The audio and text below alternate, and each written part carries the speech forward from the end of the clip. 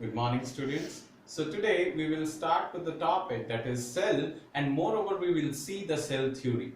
What is cell? Cell is basically the functional as well as the structural unit of life. This you all know.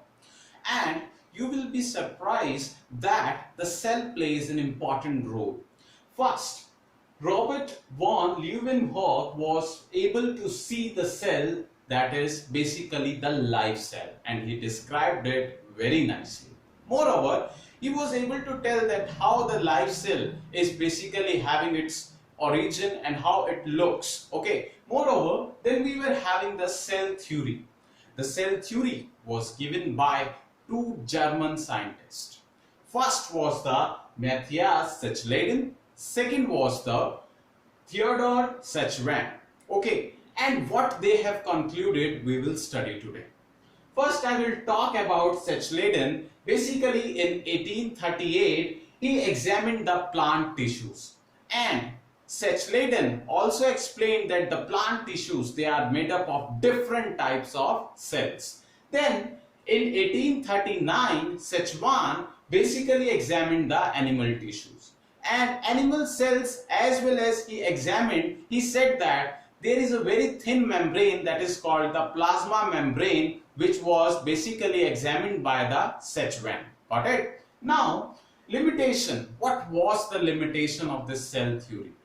The cell theory was having a very major limitation, that was it did not explain how new cells were formed. Got it? Then came the Rudolf Virchow, and he basically explained how new cells were formed from the pre-existing one.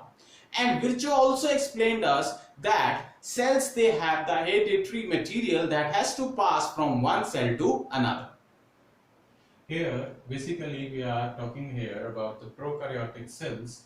They are basically represented by the bacteria. Even we can also explain through the blue-green algae, etc.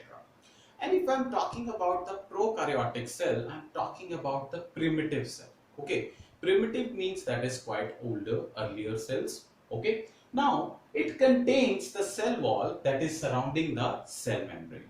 First point means the prokaryotics, they are basically having the cell wall, having the cell membrane. Moving further, there is a specialized differentiated, we can say, membrane called the mesosome. That is basically called the mesosome. Now the bacteria, that is basically divided into two important things. First one is the gram positive and next is the gram negative. Those bacteria who take up the gram stain, they are called the gram positive. Got it? And those bacteria who don't take this stain, they are called the gram negative. Got it? Then bacteria cell is having the three layers basically. First is the glycocalyx. Glycocalyx, if I talk about, it is the outermost layer. It is the outer layer. Cell wall, that is the middle layer. That is the middle layer. And cell membrane, that is the inner layer. Got it? Now, how these cells they move? They show motility through the flagella. They show the motility through flagella. Now, ribosomes. You all have heard this term. Ribosomes, they are important for the protein synthesis. Now, these ribosomes, they are having the two subunits. How many subunits? Two subunits. First subunit is the 50S.